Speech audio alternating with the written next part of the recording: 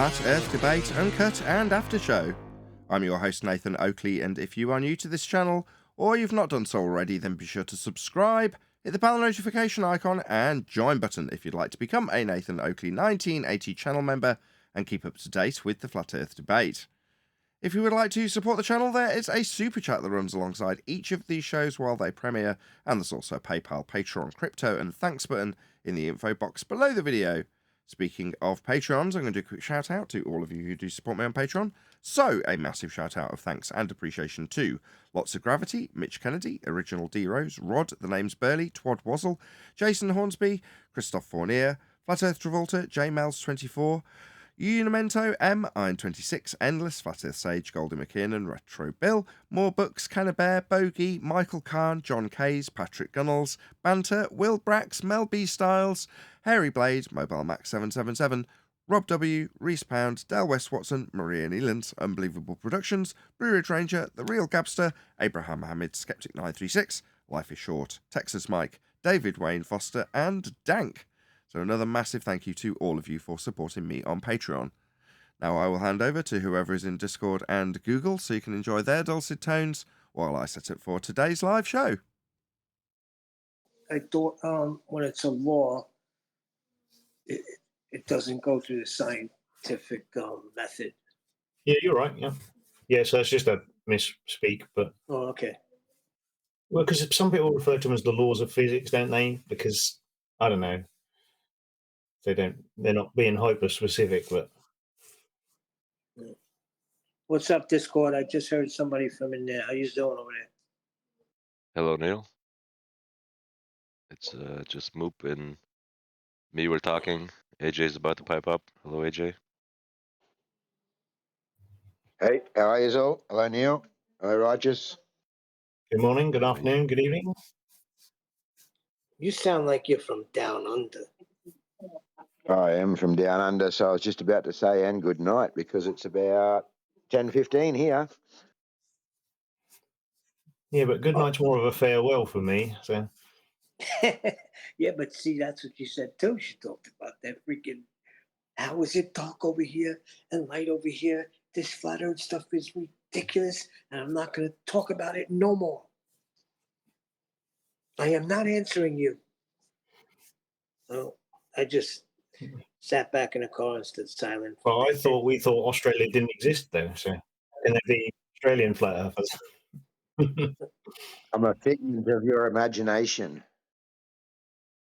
And also upside down.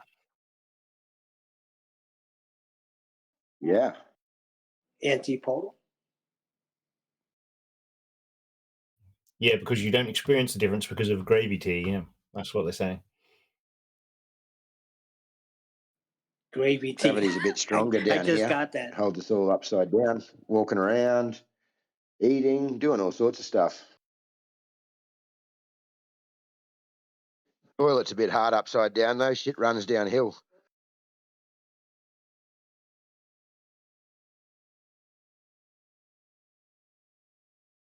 So it's mostly sort of an appeal to popularity then, Neil, was it? This conversation. Yeah, basically it was. But you know, there might be a lot of other things too, because that particular brother I'm talking about, he's the one that has drifted into sort of like the Hebrew roots, but not fully Hebrew roots. He just believes that you have to keep the Sabbath day. Doesn't believe it's just for the Jews. He believes it's for everybody, and so he's been on that trip, you know. So she must be dealing with it on all different levels, and I got the brunt of her anger. So don't eat pork, that sort of stuff. The old rules for the Jews.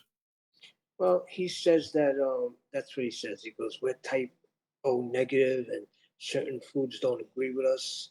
Because he started getting into all of this other stuff now. I don't know what he's even talking about. But yeah, he claims that those are there for our benefit. And in other words, you're basically missing the blessings, and you're going totally against God's commandment if you don't keep the Sabbath.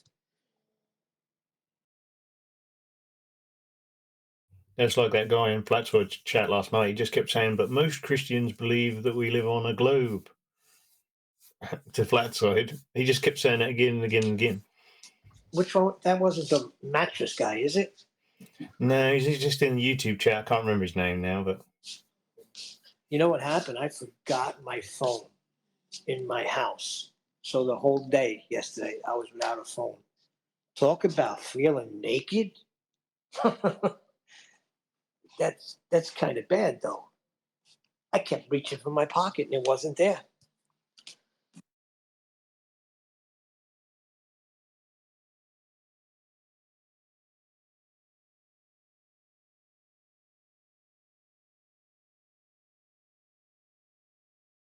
And it was probably only 25, 30 years ago where you never had a phone at all.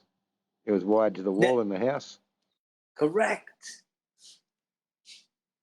I knew something bad was coming down the road when he came out with that beeper thing. Because then, whoever you worked for, they could like know where you are, what you're doing. You had to, you know what I mean? Not that you're trying to get over on time or anything, but it just to me that was like, oh boy, here we go. Yeah, but I think it was better back then. Everyone's very impatient now. You know, everyone expects you to answer.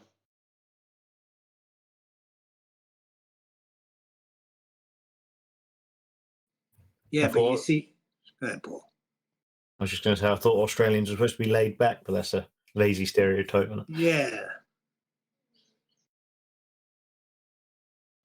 A lot of laid back. We are laid back, but probably in the wrong way. okay. So let me ask you a question from that movie Crocodile Dundee. How does it go, Paul? That Mandela thing. Well, he used to say, "That's not a knife. This is a knife," but now he says, "That's not a knife. That's a knife," or something. Yeah. One I heard about recently. You remember the story, "The Sword in the Stone"? Yeah, it's now in an anvil. But it's not. I brought that up yesterday, and my brother Googled it, and he was like, "No, it's just sword in the stone." So I don't know what's going on. Yeah, I hadn't looked at that one. So it was It was Nick. always a sword and a stone. Yes, that's always how I remember it. Yeah. So I look like an idiot. I'm telling him that, and all of a sudden he Googles it. And he goes, "No, it says the sword and the stone right here." Yeah, I can't remember who mentioned that.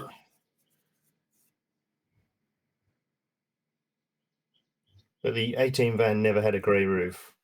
I think we can all agree on that. And it's also in the Bible, the lion will lay down with the lamb or something like that, and now it's the wolf, right? Yet when two or more gather in my name is now when two or three gather in my name. That doesn't make sense. I remember when that first came about a few years ago. I looked it up, and it did. It said the lamb will lay down with the wolf. Now it says the lion again. So I don't know what the heck is going on.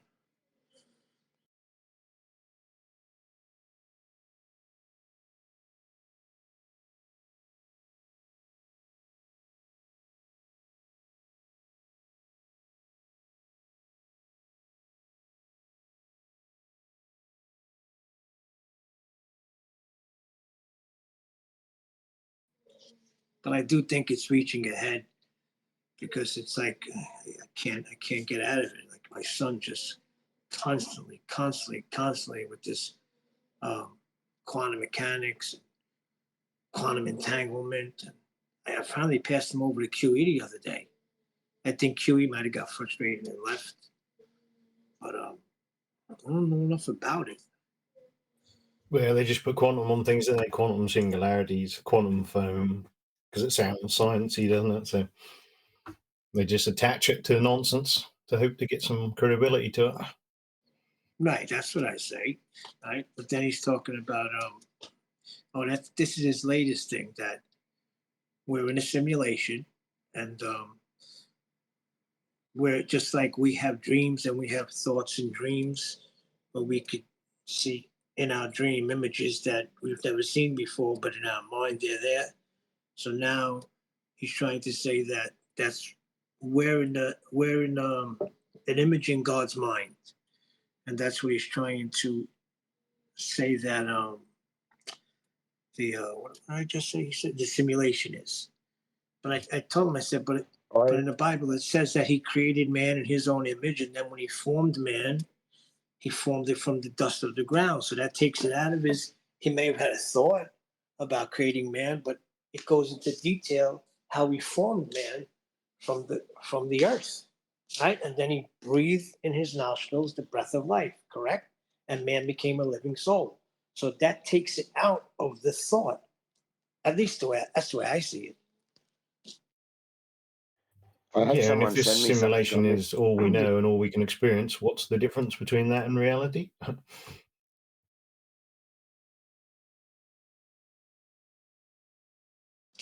But a simulation sounds better today, doesn't it?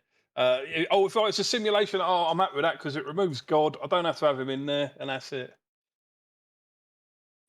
No, but see, my son doesn't remove God from the simulation. That's the whole thing.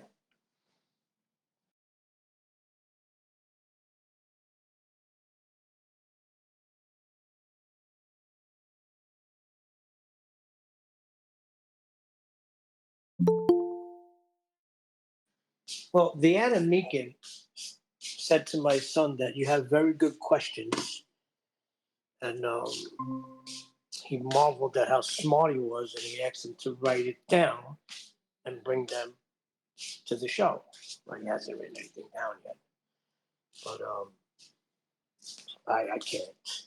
I don't know. Like I said, I don't know enough about all of that double slit and delayed choice quantum racer. I never even seen the experiments. I just go by what I hear Nathan and QE say.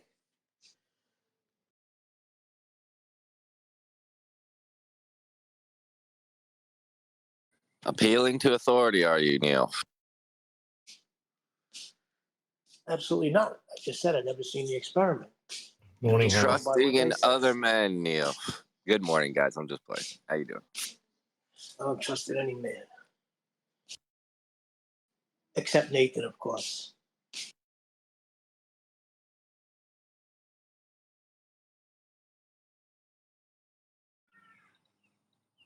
Good morning, fellows. How does it go this wonderful day? Where's he going with this? Morning, Though? What's good the morning. point of us being in the simulation? Like What's I his said. point? Well, he's We're all trying. just brains in a vat. That's what I said. I said, so that's what you're trying to say? He said, no, that's not what I'm saying. He's trying to mix quantum entanglement. And he's saying, just like you have images in your mind, brain, when you die, that's where your soul goes on. I don't know. I have no idea. Have they got an experiment now? Astronomy or astrophysics or theoretical physics? Have they done an No. experiment? Oh. That's what I said. He goes, well, everything is not science. I said, I agree. But we're talking about the natural world that we live in. We're not talking about the supernatural. Good I morning, think that's what I told Nathan. him. I posted your video in Master Deep. Okay. Okay. Good morning. So do you have any evidence for the R value? Because if they don't have that, why talk about all this other stuff? Because it's my son and he doesn't stop. Tent. Hi, Oh, everyone. I didn't know the context of your talk. So what are you going to do? Hey, let me ask you a first question, not to change. I just wanted to make sure I got something right. Now, it's You're biblical. going So to when Jesus, ask me? You're going to ax me. yeah, I'm going to ask you. Okay, maybe I can handle that. All right, let me ask you a question, Tent. Now, when Jesus died, didn't he say that he had the power to lay down his life and take it back again and tear down this temple in 3 days and I'll raise it up again? So this guy was trying to say that God the Father rose Jesus from the dead and Jesus didn't do it himself. Yeah, it says that the Spirit raised him, the Father raised him, and Jesus said he can raise himself. That's the triune God working in unity. Exactly. Okay, thank you. Yeah, this references the Father raised them. So people say, see, the Father raised them. I go, well, how about this one? Okay, the Spirit raised them. Okay, how about this one? Okay, Jesus has authority to raise his own body. Okay, fine. Then what's the argument? So basically, they don't understand the Godhead, right? No, yeah, exactly. They think there's three gods. So who is Jesus praying to? Is he praying to himself? They try to confuse you. God is one. There's only one God. The essence of God is one, but he's shown, or we experience him in three persons: Father, Son, Holy Spirit. That's the way the scriptures teach it. One God in three persons. If the Earth is round, why don't we fall off Got it? it. And hi,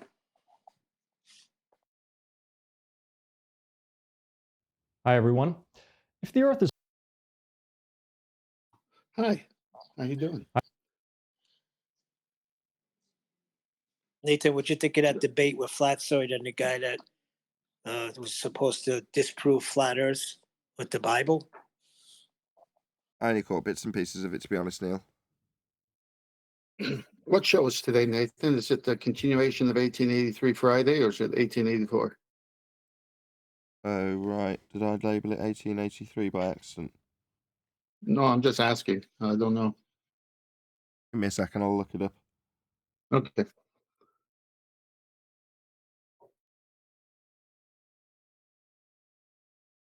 No, it should be. I've What? numbered it wrong. It should be 84. I'll just change that. Okay, so 1884. Thank you. I'm going to have a short day today, too, so I'll hang on as much as I can.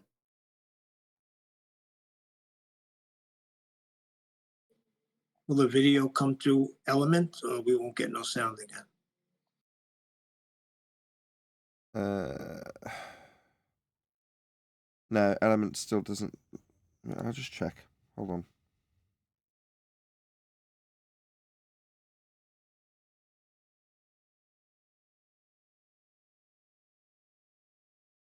No, it's connected up correctly, but it doesn't come out of the line I've assigned it to. It doesn't seem to matter which browser I use either, so unfortunately not. 10-4. Hold on, Nathan. There's something we can go over while copy. I'm going to post something in Master D we can just go over until the show starts. What's that? I'm going to do it right now. It's just an article that goes through 10 ways to know the Earth is not flat. You can just take it one at a time till the show starts. It makes a good little segment for you to cut out.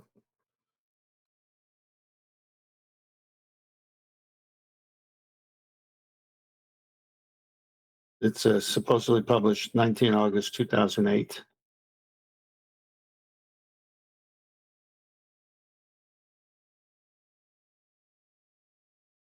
Did you want to go through it?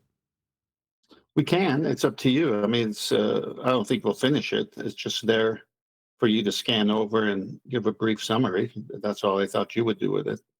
Just because it's got everything labeled with bold print, and I can put it on screen if you want to go through it. well, I want involvement. I don't want to be the only one going through it. It's just there for a reference. Okay. There's a good dozen people here or more. I'm sure someone will interact with you. See if no one else. Sounds good. Okay then. All right. So is it up? Ready to go? Yes.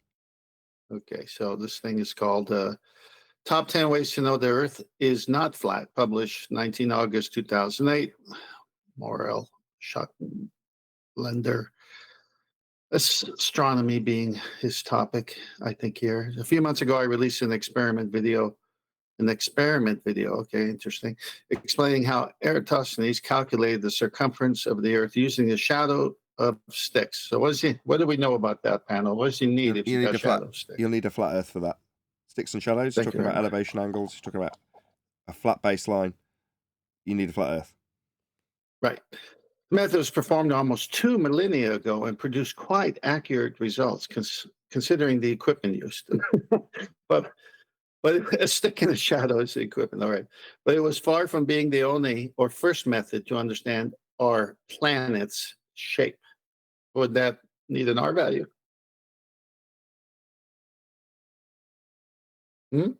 Yeah. Anyone else? Just Nathan and I? Okay.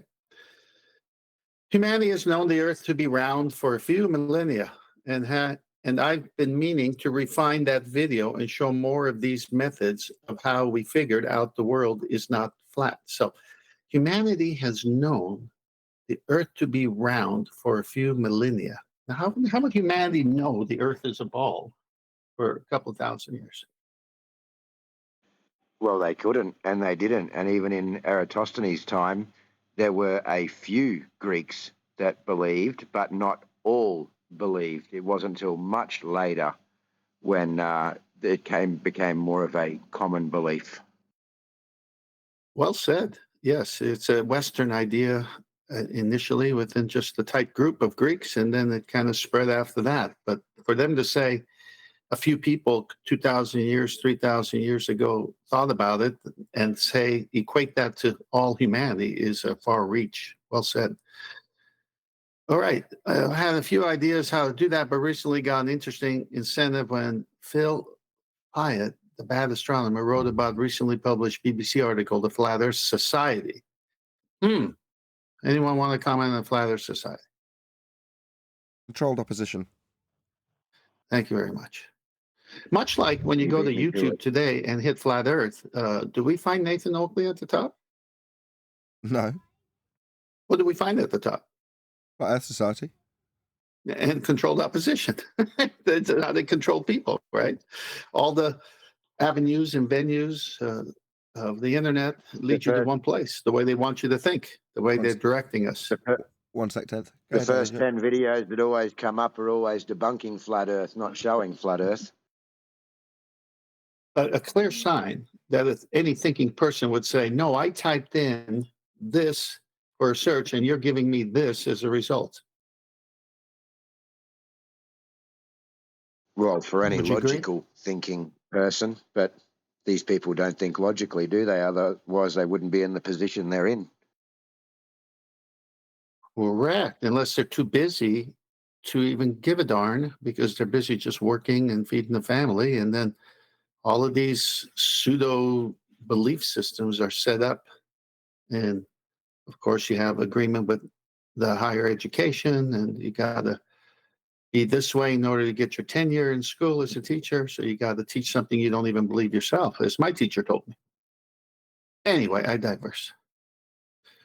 Phil claims it's ridiculous to even bother. Correct. Go on. I was saying that is 100% correct, and I was only talking to my wife about this recently, that we expect these people to be awake and, they get up in the morning, they put the news on, they go to work, they listen to the news on the radio, they come home, they have a few beers or have dinner, they put the news on, they read the newspaper, they go to bed. They're filling their mind with garbage all day. Being programmed. That's what I wanted to say. I wasn't coming through an element. I went to a Museum of Natural History in Alabama yesterday, and they said for thousands of years we've known the Earth to be flat, sphere, regardless of the ancients thinking it was flat. And they show the picture of the water flowing over the edge. So, there's museums all over the world. It's just heavy indoctrination. Isn't there a I don't know about story you of the guys, but museums? Go on.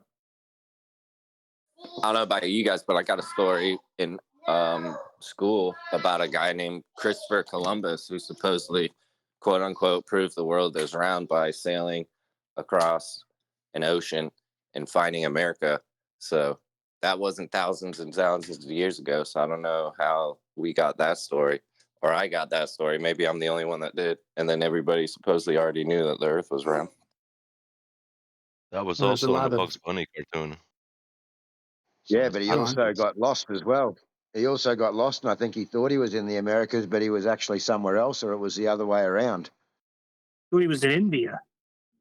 Narnia. Yeah, he was in India, yeah. I think that's a different topic, but Magellan would come into play in that topic, and the old adage that no one wanted to leave the coastline for any long distance because they didn't know what would be there, and so they were fearful. And so since he went and kept going, oh, so we're not falling off, and the story goes from that, so forth. All right, back to the article. The bad astronomer wrote, okay, Phil claims it's ridiculous to even bother rebutting the Flat Earth Society, the controlled opposition. And I tend to agree, but the history of our species' intellectual pursuit is important and interesting. It's very much well worth writing about. You don't need to denounce all science. Okay, now they're claiming it's science and knowledge and believe in a kooky conspiracy theory to enjoy some historical factoids about humanity's quest for space. So what have we seen already in this little preamble? What's it being set up as? And Well, who are the sides that are being argued? They're calling us science deniers for a start, but the fact of the matter is that we're far from science deniers. Science is actually questioning the current narrative. And when we question, they say we're science deniers. If you're not questioning, it's not science. What else do you see in this preamble? What's the dichotomy that's being said here? Who's he You have to arguing read it with? again. Flat Earth Society. Controlled opposition. So if you control heads and tails and you have the same coin, how would they ever hear the right argument? They won't. Yeah, right. So that's why if you type in on YouTube Flat Earth, you get all their channels or anti-flat earthers. And so people are going to be lazy and not scroll down 100 pages to find the right one. Yeah, but that's not even it, because there was a heavy discussion in the car on the way back, and my sister-in-law just outright said she doesn't want to hear about it. She basically said that we are unintelligent. Well, that's what's there in the first 10 sites of the Flat Earth YouTube search. And that's why it says here, why even bother rebutting? Well, why? I'm wasting my time with you, tinfoil hat people. I mean, this is the whole way they come at us instead of realizing that we're asking good questions and all we're getting is false answers. Yeah, sure. All right, That's so- all I was asking her, real quick. That's all I was asking her. A couple of things like the scientific method. And she said the scientific method was just an outline. It was the beginning of science. So this is what they think that they are correct about. Okay, so if it's the outline and it's the beginning of science, why isn't it being followed rigorously? Good question. Okay, let's move on. Number one, the moon. So here's the first one, the moon. Now that humanity knows, quite a statement, quite positively that the moon is not a piece of cheese or playful god, small g, the phenomena that accompany it from its monthly cycles to lunar eclipses are well explained. It was quite a mystery to the ancient Greeks, though, and in their quest for knowledge, they came up with a few insightful observations that helped humanity figure out the shape of our planet. Now, think about that. The moon helped humanity figure out the shape of our planet. How can the moon do that? Well, it can't, but that's the other thing we got into. She doesn't want to hear it. We landed on the moon. That's been validated by the astronauts and the pictures. But how we get the nature of Earth from the moon is beyond my understanding. Explain. Well, we can't say the astronauts anything here. We're just going to go with this article, which says doesn't bring in astronauts yet. But it says we figure out the shape of our planet by observing the moon. Now, what was the sticks and shadows thing?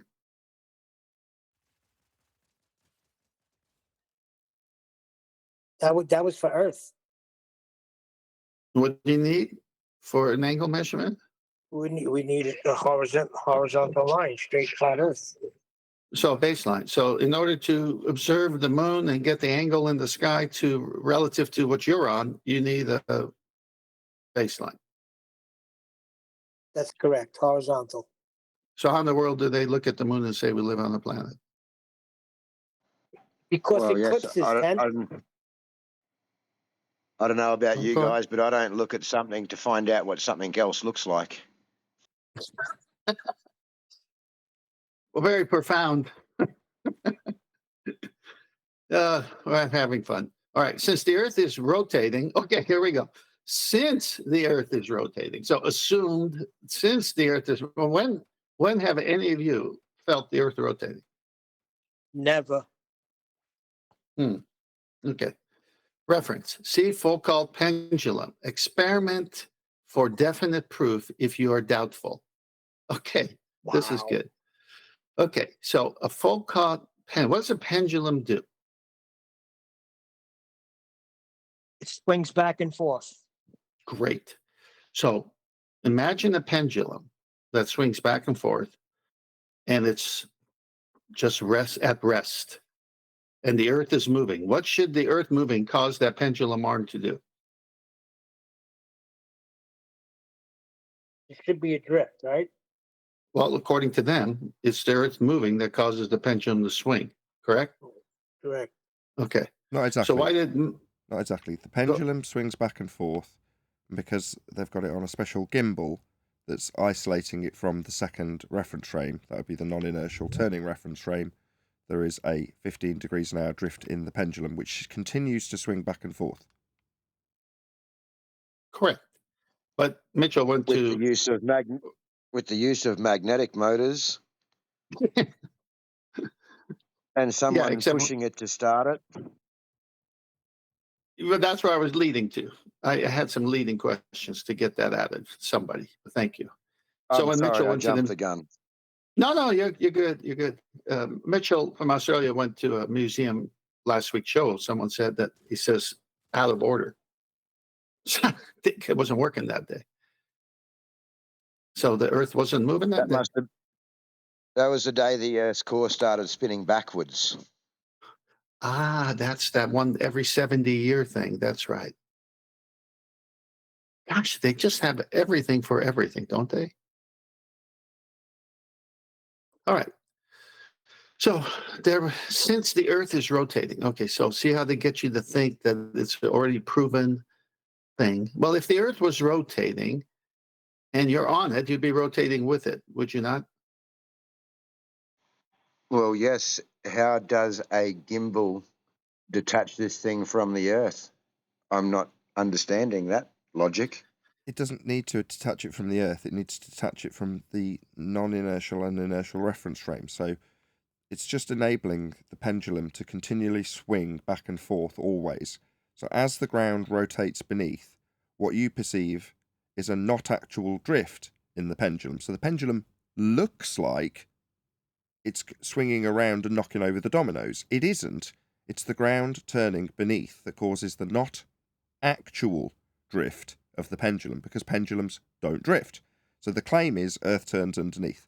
Obviously, that means there is a second reference frame turning underneath an inertial reference frame, which would shorten flight times. Anyway. Thank you. So now we How go is back that to your also magnet. possible? No, now we How go is to that your magnet possible? stuff. Oh, sorry. I was going to ask, how is that possible if the frame is attached to the Earth and the gimbal's attached to the frame? How is the Earth rotating underneath it? A very valid question. However, it matters not. The idea of this discussion is that we do argue about the gimbal, rather than arguing about the fact that if you take it as read, okay, you're suggesting that the gimbal isolates it from the non-inertial turning reference frame, which means their claim is Earth turns underneath. So, okay, Earth's turning underneath second reference frame, but that would shorten flight times. Yes. Very good. And that's why your motor and magnet issue comes in when you take a closer look at the mechanism at the gimbal area.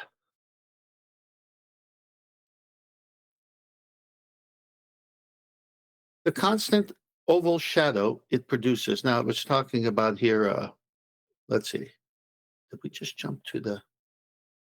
Good morning, Since the Earth everybody. is Good morning. Hang on. Since the Earth is rotating, see the Foucault pendulum experiment, definite proof if you're doubtful. The constant oval shadow it produces in each and every lunar eclipse proves, nice, just jumped into a lunar eclipse out of nowhere, that the Earth is not only round, but spherical, absolutely, utterly beyond the shadow of a doubt, not flat. Oh, a pun even. Terrible. Even by my own standards, this is terrible. So the shadow on the moon, sometimes what, red color? Is that a shadow? Is a red color shadow? Is it selenium when the shadow's up the opposite way? How do we know the shadow of the Earth is on the moon? How do we know that? I mean, they call it a shadow. Well, how do Well, they we can't even know? explain their own impossible eclipse. Yeah, they got the impossible eclipse. Then that would throw away the moon being the reason for it right there, just one time. It's almost like the black swan of eclipses there. If it's not, if this is wrong, how do you say it's right the other times? And what is the moon? We discussed last week the new moon, and if it's a solid object, why isn't it blocking the background stars, and why aren't they able to track it while it's not being seen? I mean, they track it all the other times. Where does it go for 2 days? Anybody have answers to these? No. No, they would No, I just don't be either. speculation, seeing as I can't actually go there and see. Well, I'm not saying you have to Notice go yet. there and see. We see it when it's out, but we don't see it when we don't see it, but it's supposed to be there, but it's not blocking any of the background stars, so how could it be solid? No, that's what I'm saying. We could make some assumptions and we could speculate, but I don't think anyone could seriously ever really know. Okay. Okay, so what have we seen already in this first move of the preamble? The preamble has already got controlled opposition. It's already got everything ready to go to keep a person in the dark, thinking that they're actually hearing good arguments for flat Earth when they're not good arguments. And then we go to the moon, and we get a bunch of, since we know the Earth is rotating, but not proven, we just know it, but it's not proven. And then it throws a Foucault pendulum as the proof. But then we figured out, well, if the Foucault pendulum is your proof of inertial, non-inertial reference frames, then the airplane should be going from Charlotte, North Carolina to LA in an hour and a half, because LA is coming towards the plane's flight path at about 800 miles per hour or so at that latitude. But we never observed that. 100%. But Neil deGrasse Tyson seems to observe footballs with the Earth rotating under them. Their whole circus is a sham. Yeah, well, that's another proof that we haven't. Thanks for bringing that up. It's been a while. The football from Neil deGrasse Tyson, the sniper bullets that we covered a week ago as well. So supposedly there's other ways, but none of these things validate what they're saying. All right, let's move on to number 2. Ships and the horizon. This is fun. What is the horizon before we go there? If you're a baller, what's the horizon? Earth curve. Earth curve, thank you. If you've been next to a port lately, or just strolled down a beach and stared off vacantly into the horizon, you might have perhaps noticed a very interesting phenomenon. Approaching ships do not just appear out of the horizon, like they should have if the world was flat. We'll revisit that statement, but rather emerge from beneath the sea. Oh, really? Beneath the sea. But you say ships do not submerge and rise up again as they approach our view, except in Pirates of the Caribbean. But we are hereby assuming that was a fictitious movie. The reason ships appear as if they emerge from the waves is because the world is not flat, it's round. Wow, what a statement. Let's finish it before we dissect it. Imagine an ant walking along the surface of an orange into your field of view. If you look at the orange head on, you will see the ant's body slowly rising up from the horizon because of the curvature of the orange. If you would do that experiment, that's an experiment, I guess, with a long road, the effect would have changed. The ant would have slowly materialized into view depending on how sharp your vision is. That's it? That was the whole thing on ships on the horizon? All right, who wants to start? Anybody? What was your What's first happening? point? Under the sea. Under the sea. All right, so why do ships going away disappear bottom up first, and why do they, when they're coming towards us, appear top first? Anybody? Angular resolution and atmo conditions. Bingo. And why is it when the deck, the plane we live on, there isn't enough room, so the pixels are all forced to converge, and it's hard to make out? What's going to disappear first always, top or bottom? Bottom. Bottom. So we Everything could show, compresses into the ground. yeah, we could show that on the flat plane, things disappear bottom up first.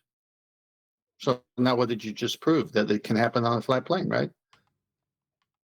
Well, that's right, because everything compresses into the ground at a distance, and that would be the horizon that is apparent and moves according to the conditions. Thank you. So they didn't prove anything here. Ships at the horizon had very little, and then we went to an ant on an orange. But I mean, this is supposed to be Earth curve. This is supposed to be the planet we live on, that in the previous thing was proven that for thousands of years. This is all we get is an ant on an orange?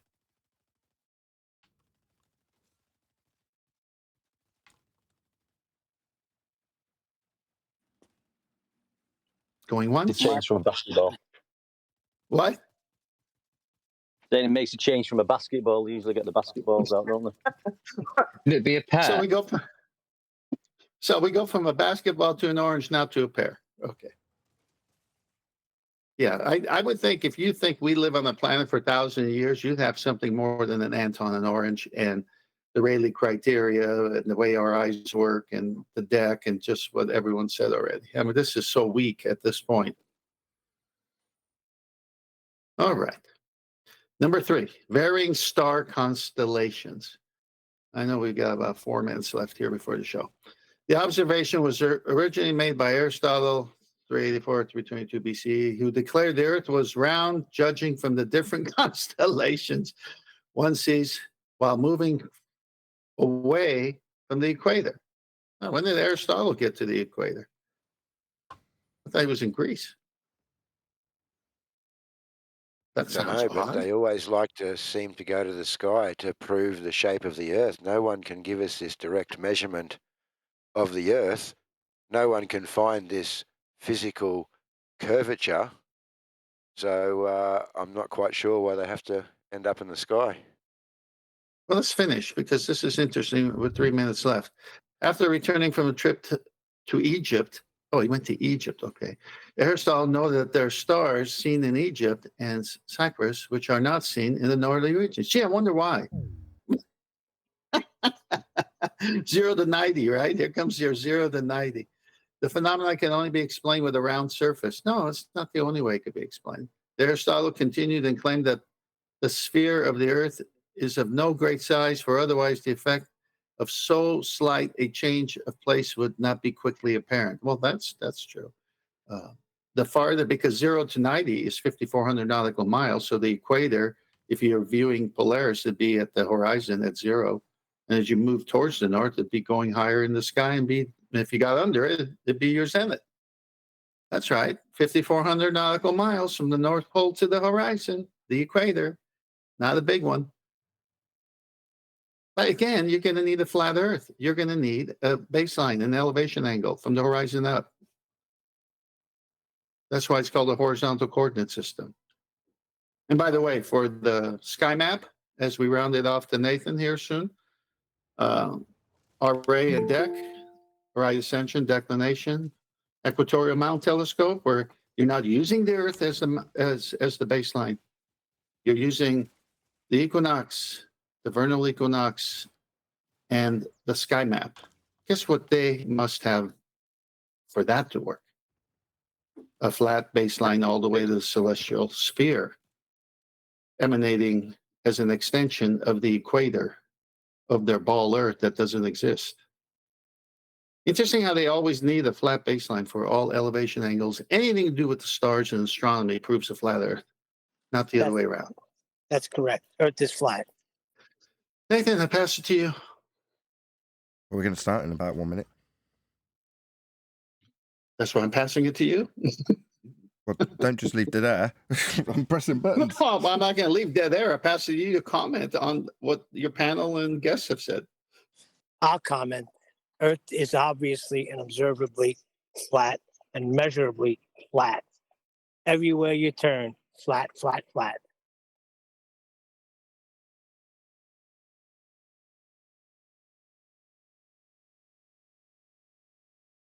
Well, there's that dead air Nathan was afraid of. Oh, I wasn't coming in? No, you came in, but the rest of the people. I thought he was going to start the show after that. Yeah.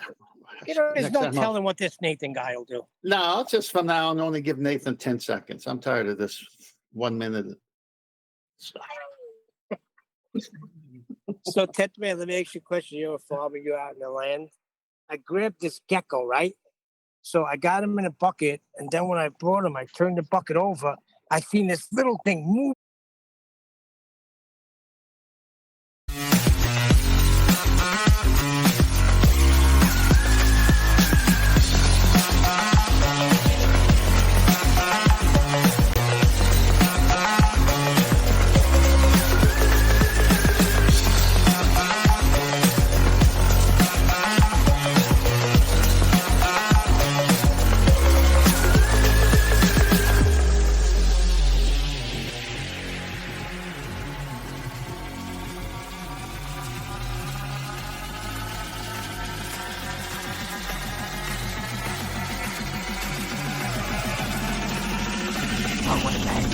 What a lovely day! Welcome to Flat Earth Debate Live.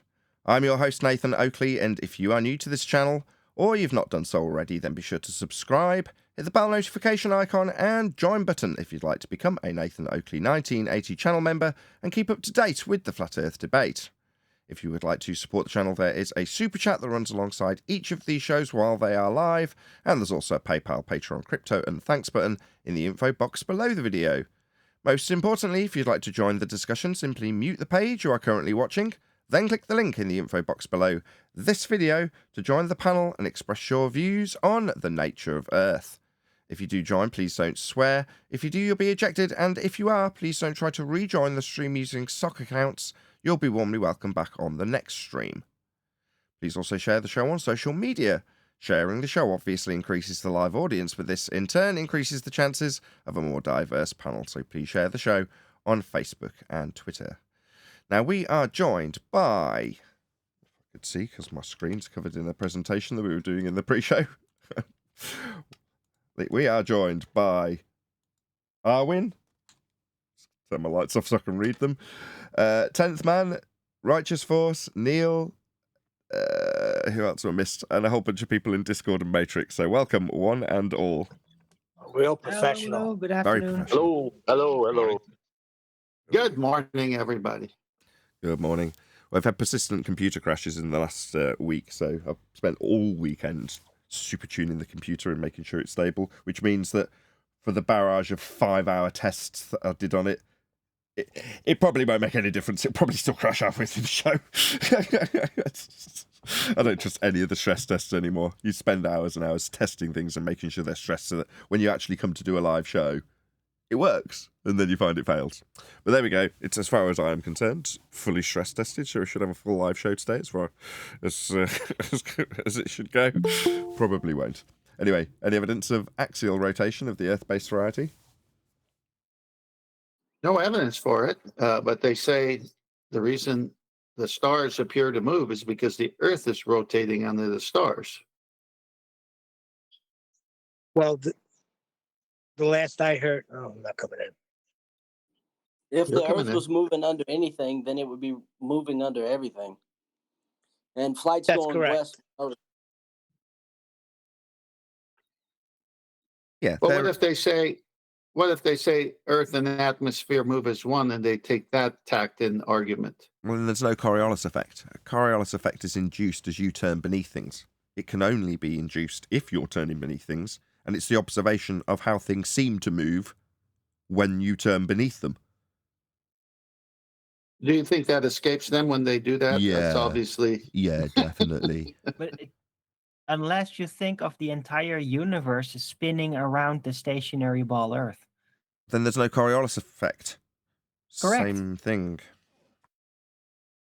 Yeah, but if it's a stationary ball Earth, then what did the spinning ball Earth have over the stationary ball Earth? Well, that it is the actual reference frame, right? So it is No, I'm moving. just- It's the universe that's moving around it. So it's not going to be subjected by any forces or Coriolis deviation other than what the universe is doing in relation to it. Right, but they've already made the claim that the Earth is spinning, and for them to all of a sudden stop and say, "Okay, we were wrong. The Earth's still a ball, but it's stationary, and the universe and the stars are moving around the Earth." And Yep. Yeah, I know they made those claims. They also claimed that there was 1/6 gravity on the moon. Yeah, that's a problem too. Right, but they can't walk it back at this point because they've made this claim for a long time now, and they got sophisticated machinery and really smart people at the helm, and all of a sudden they're going to say, "Oops, we were wrong. The Earth is still a ball." Those darn flat earthers. But you know what? The stars are moving after all, not the Earth. Are they going to do that? You mean really smart people like Don Pettit? Now that's smartness. Hey, Chaco. Morning, guys. How's Well, everybody? maybe they've lost the technology to recreate a Don Pettit. I don't know. No, they didn't lose it. They destroyed it. And it's a painful process to bring it back. Yeah, they Aw. taped over it. Listen, I grew up in the era of VCRs where if you didn't have something, you didn't have room, you didn't have a blank tape, you had to record over stuff. You know, the things that are the least important. You know, so I mean, the greatest achievement humans have ever done. Yeah. That's we should definitely record over that. Well, I never understood. They that. really Hold on, everyone stop a needed to second. record Everyone the stop. Saturday That's- morning stop. cartoons, guys. Guys, as much as it's a fun discussion, and I'm glad you brought it up, you need to offer some context to the audience. So what's being discussed between Chocolate and Arwin in a very jovial manner is a freedom of information request that was made to NASA some time ago. And the response that was given later, also repeated in a television interview, was that the tapes of the moon landings, the originals, that is, not that there were any originals, there was no moon landing, but the ones that are claimed, purported to be of man landing on the moon, were recorded over. And the legitimacy for that claim was that tapes were very expensive. I kid you not. Anyway, just so the audience has context, feel free to continue. Yeah, but you failed to realize, Chocolate, that they were during the 80s when the Lakers and Celtics were playing, and they needed to catch that Game 7, so they needed that tape. You sure it wasn't the Bulls Game 7? Well, it could have been that one too. But why was Chocolate? Why did they consider it painful? I don't know. That's the terminology that the smartest, incredibly intelligent Don Pettit decided to use. I don't know. It's painful Maybe because he's trying to throw some emotion in there. I don't know. Like a lack of fibre in your diet, crapping out a new live out of the moon or space travel is very difficult. You know, when you have a budget that NASA has of millions and millions each day, you would think that when they do their annual budget, they'd say new tape by new tape. That was an argument. Somebody said that that's not true. They don't go through millions and millions each day. That's just another flat earther poisoning the well. Really? I pulled it from their own Who site. doesn't do what? Yeah, in other words, NASA, that's fabricated. I don't So when care you if they look, spent You can 100,000 a year. literally So look much. up their. You can literally look up their budget. In the last 4 years, Yeah, it was but- upped. It used to be something like 50 million, then it went up to 55.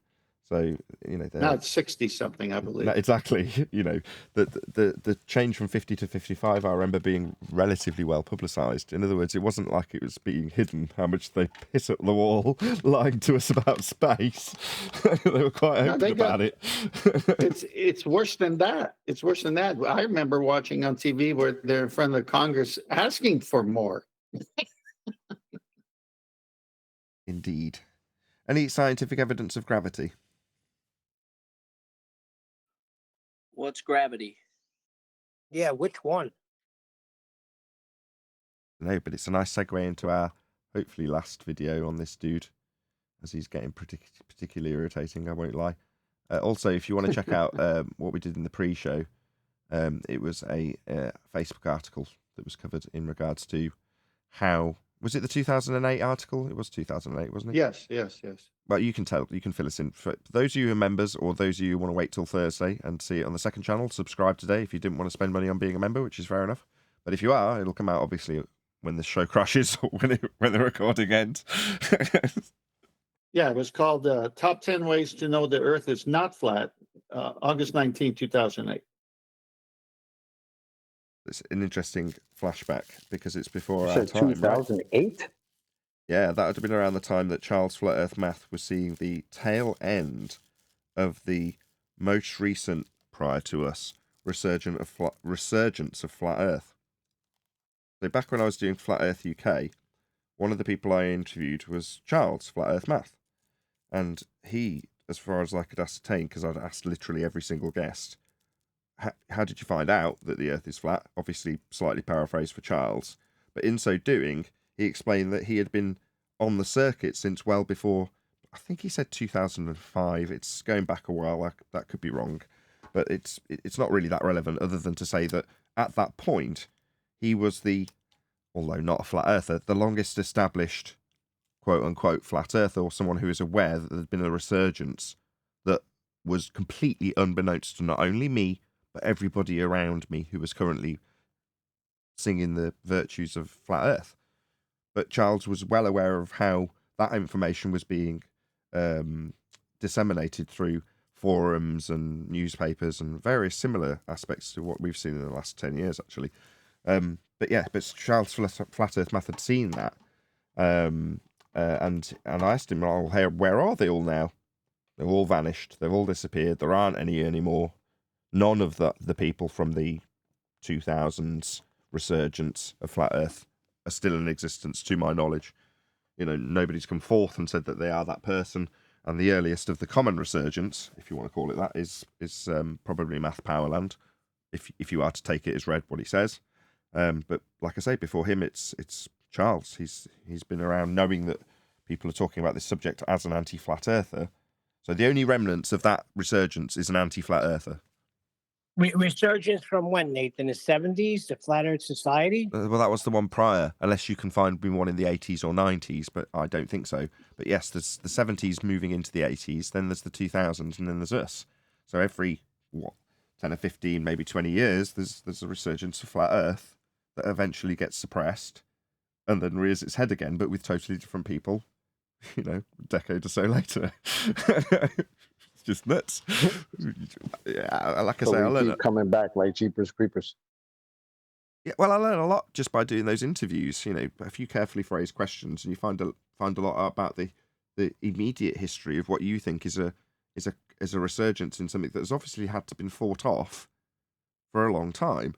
And given the multiple resurgencies, or whatever the plural is, for us coming back again and again and again, like the zombie that won't die, it's because you can't kill the nature of reality. there will always be resurgence if we get killed off, metaphorically, let's hope. There will be another one. Because it doesn't take a genius to figure out that there's people who can look at the land, measure it and go, it's flat. Or navigate it in the case of celestial navigation and go, it's flat.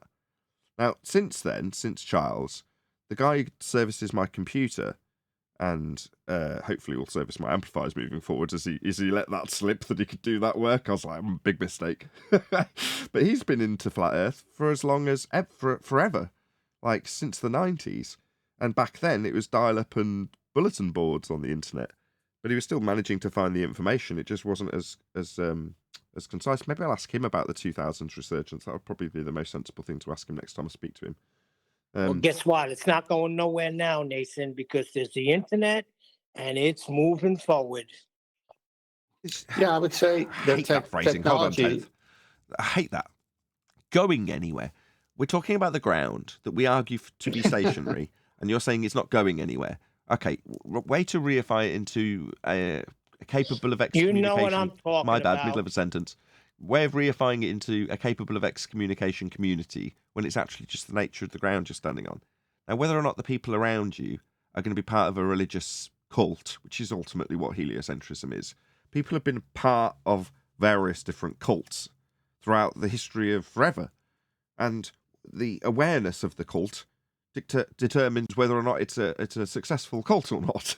You know, so the fact that there is a mass delusion of heliocentrism, cult-like behaviour, to keep people under control, well, let's say we were successful in your vein of it's not moving forward anymore, or it's moving forward quickly, right?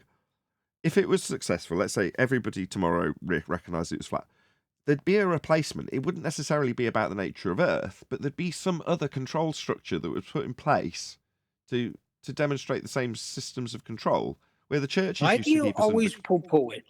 Well, because where the churches used to keep... I don't get it. That's just what's going to happen. Well, the People Nathan, you have a need- flat earth show, Nathan. You have a flat earth debate show daily. We're making progress. There's arguments all the time. My sister-in-law outright said you are unintelligent and refuses to look at any information. So we got them backed against the wall. And I know Brian will back me on this. And this is going to be the assassination blow. The argument will go forward. And yes, the world will one day see and understand that we're not in a damn ball. Neil, let me explain what Nathan's trying to say. Nathan's trying to say, first you have gravity, right? And it's mass attract mass Newtonian. Then they say, oops, it's Einsteinian bending of 4D spacetime, a fourth dimension. Okay, now, oops, quantum. So now it's quantum gravity. Einstein's been thrown under the bus just like he threw Newton under the bus. So it's always evolving. Is all Nathan is saying. What you're, I understand. Let me but I'm finish. Let me saying we're finish. here now, though. Let me finish. Let me finish. What you're saying is what I agree with as well. The technology today is different than in the past in these 10, 15-year periods. You needed to buy a book or read it in a newspaper. And it's very hard for people to do that. But now it's on their smartphone. It's not going anywhere. It's at a crescendo moment. Decisions are being made which side of the line you're going to be on. So you're right, and he's right. Thank you. Well summarized. That's how I feel. I don't know what you guys talk about with all this advancement in technology. I mean, we went to the moon in '69, and today we can't do shit. So my toaster still makes toast chocolate. But does it make space toast? Well, now you got me in the jam. Oh, that's a good one. That's a good one. Okay, so for some reason, where last week, this is maybe progress, where my entire OBS crashed, now OBS has semi-crashed to where I can't change anything, but we are still broadcasting live. So that's progress, I guess. So we're going to be stuck with this screen indefinitely, it seems, unless I can get it to change. No, I can't. It's just giving me the preview screen. Let's just see if I press a button, does it change it from here? Although I'm not going to press anything. It's semi-crashed, but we're still broadcasting, so I'm happy to carry on. Just don't ask me to present anything, and we're just going to have to be stuck with the chat, which is no bad thing because it means I can shout out super chats and they'd be visible. Shout out to Jardo. I remember my brother and I doing IRC chats on flat Earth groups in 1999. Ooh, cool. And I still have diary notes. Its resurgence, it's only due to the explosion of social media, and in particular, the Robert St. Genis movie, The Principle. Right, okay, cool. Thank you for that, Jardo. Really appreciate the super chat as well. Thank you very much for the support. I'd like to see Everybody, some by of the them way. notes. Again? Does that mean you're not going to review the video today because of your situation? Yeah, well, I can't change anything. Yeah, okay. No, I just wanted more clarity because I got to leave in about 15 minutes. I was just saying I'd like to see some of them notes that he has from 1999. That would be interesting.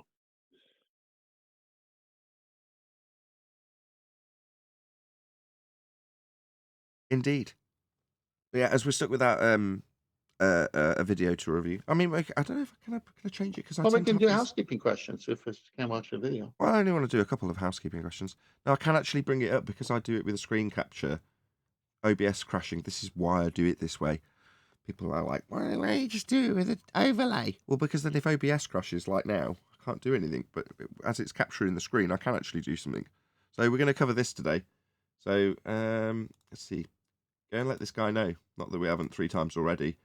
But this will be, and definitely will be, unless the entirety of OBS crashes, the last time we cover this guy. If not, we'll be covering it tomorrow. Any event. Right, here we go. Check him out. Let him know. Nathan Oakley 1980 or at Nathan Oakley 1980 sent me. Now, I don't know if Anthony Riley's out there listening, but he may, well, hopefully want to join. But this is called Gravity and Density. Interesting title. So we'll go through this. We'll give it a bit of a response, and we'll see how we get on. Hi, everyone. If the Earth is round, why don't we fall off it? And Why would something that's round imply that you have an edge to fall off into space? That makes no sense, given that every time that in recent history, semi-recent history, people have gone out to discover more lands, they travelled out towards space. That would be towards the horizon and the lands that they didn't know yet. Well, they discovered new worlds when they travelled out to space. But you think we'll fall off the edge? It's absurd. Go on, whoever it is. Yeah, that was me. I just wanted to say he's certainly not building up to stupid. How He's can just water going stick to a stupid spinning right ball? away. Yeah, because the first thing he says is, if the Earth is round, like, well, I mean, I got a quarter in my pocket that's round. Is that a sphere? It's like, what are you talking about, bro? these are questions flat earthers want to think of as gotcha questions, but in order to do that, they have to deny the existence of gravity. Well, it should be easy enough. What's gravity? Well, we'll see. Maybe he'll define it. Solve. If gravity doesn't exist, how do you explain this? So he's obviously not very well educated because he thinks it's the mass attracting mass gravity. Who's going to correct him, or am I? Let me Nobody. just check my calendar real quick. So what he did was just dropped a pen. Yeah. So go on, Chocolate. You go ahead. No, you go for it. Well, you're right. He's 108 years out of date, isn't he? So please share the show, by the way. 75 people watching. Woohoo! He's dropping a pen and making the assertion that mass is attracted to mass. Okay. What if he had a helium balloon in his hand? Would it have gone down towards the mass of Earth, or would it have gone up? What about if he was in a different medium? What about if he was in water? Would the pen have floated to the top when he dropped it, standing on the bottom of the pool? So this is an incomplete description of some things go down. Yes, some things go down. Some things remain neutral. Some things go up. Is he going down? No, he's remaining neutral. He's in full arrest. So he's not going down, but something he's taken out of equilibrium, picked up, is going to go down after he displaces the air that it had been moved through to get it into disequilibrium. Okay, that's a crap example. Further to that, bending geodesics in fourth-dimensional space-time is the current gravity.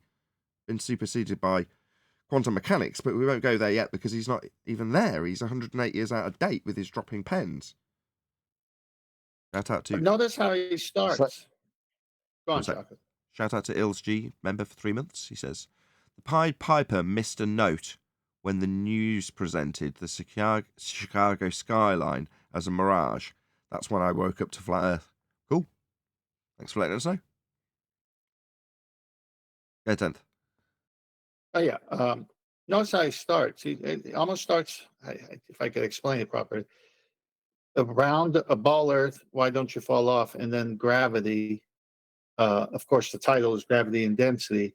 But he says it almost in a negative, not apologetic way, like in a defensive way, but he just starts off in the wrong way. Rather than establishing what is gravity and the R value of the Earth, he starts off the way he did.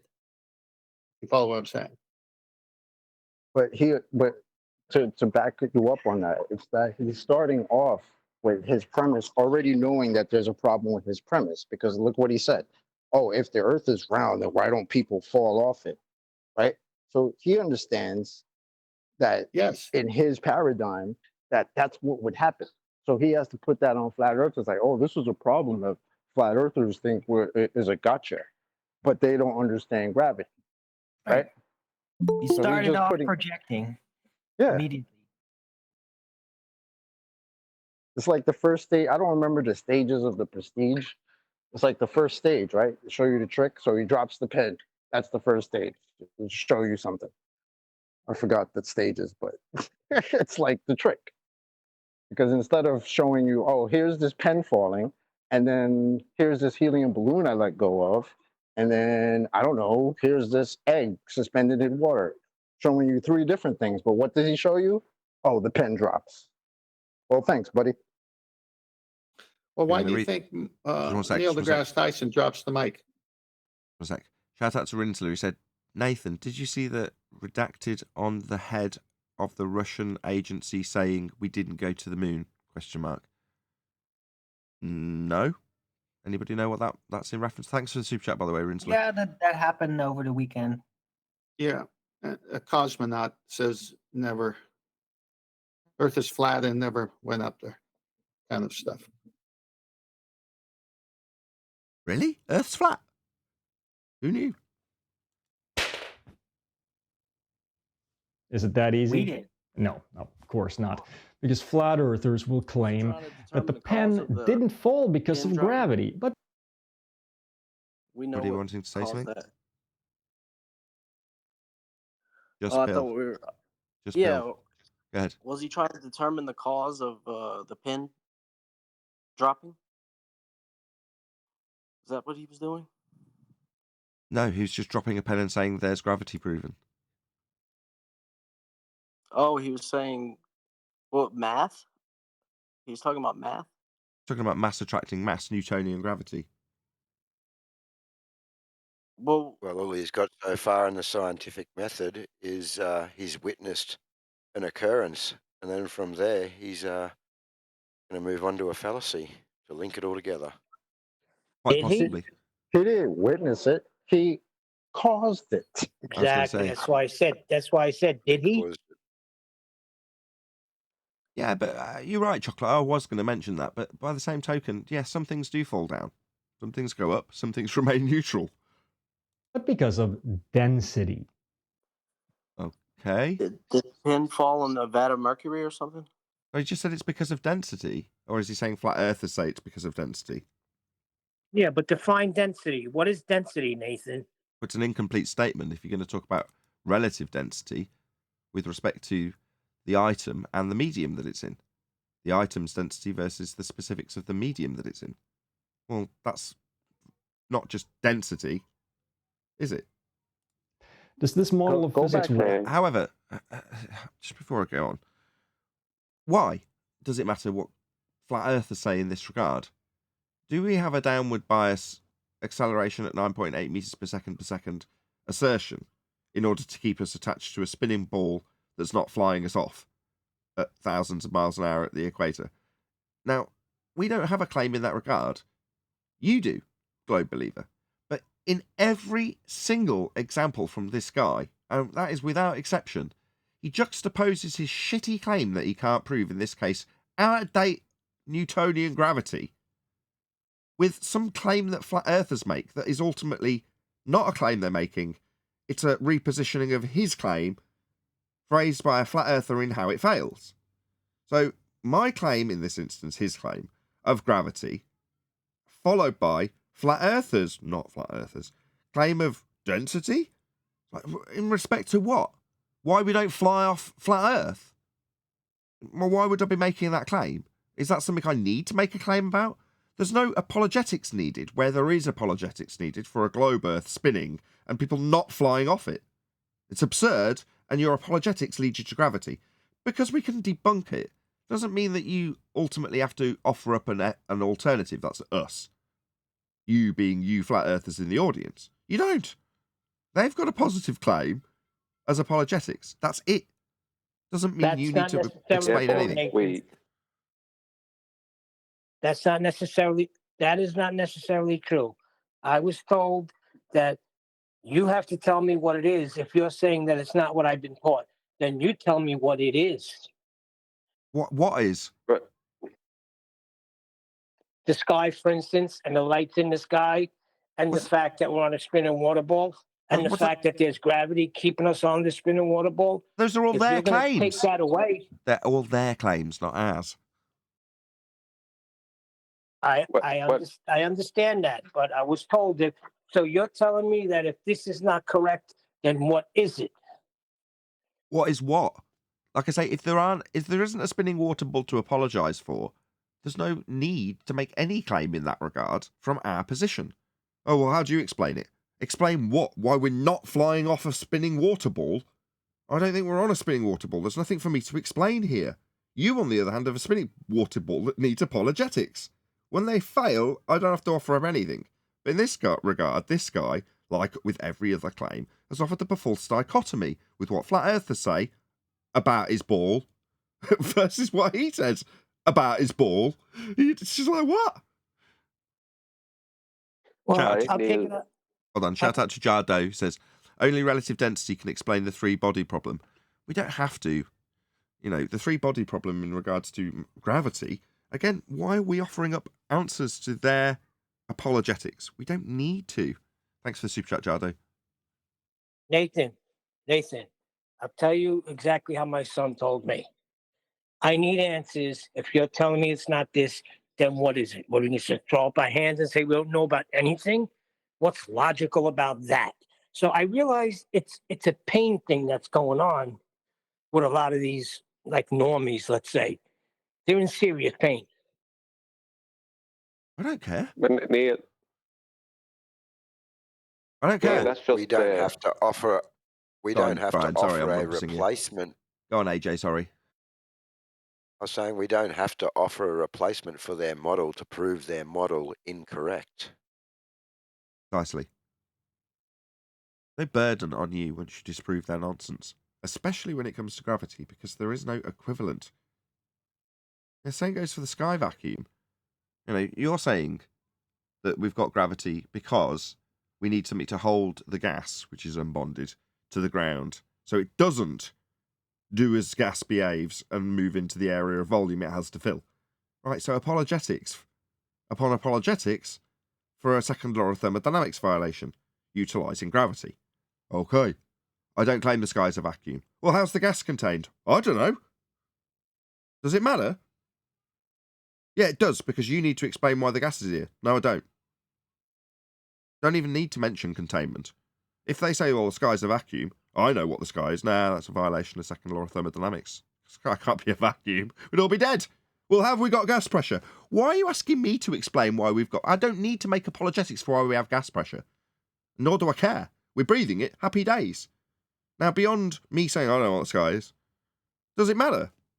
There's nothing for me to apologise for to have to explain why we have gas pressure. You flat earthers out there need to pay attention to this. You need to understand what you need to explain and when you need to explain it. What you need to explain is anything that you have a positive assertion about. If you make a positive claim, you better damn well have an explanation for it. In other words, back your claim. If you don't make a claim, then you don't have to defend anything. And when they make a claim and ask you how you defend it, Recognize what that is. It's called a burden of proof reversal fallacy. Understand when they are making a claim and make them back their claim. Sky vacuum, you say. No, this is why not. Well, what is the sky? I don't know. Don't have to explain anything. I've just disproven your claim. Moving on. Right, and that's what, and that's where the pain comes in, because they want an answer. I know my son wants an answer, and they think it's illogical to just say everything that we've learned in school and everything the scientists are teaching us is wrong. But Neil, does Jacob not understand that relative density has been proven by a scientific method? Like anyone who says, like, let's just take this guy on this video. Anyone who says density and scoffs at it, even just saying it in an offhand way like that, are only showing their ignorance. Because if we take relative density, number one, and most importantly, it's been proven through scientific method to be correct. Number two, somebody saying it's not that, it's gravity.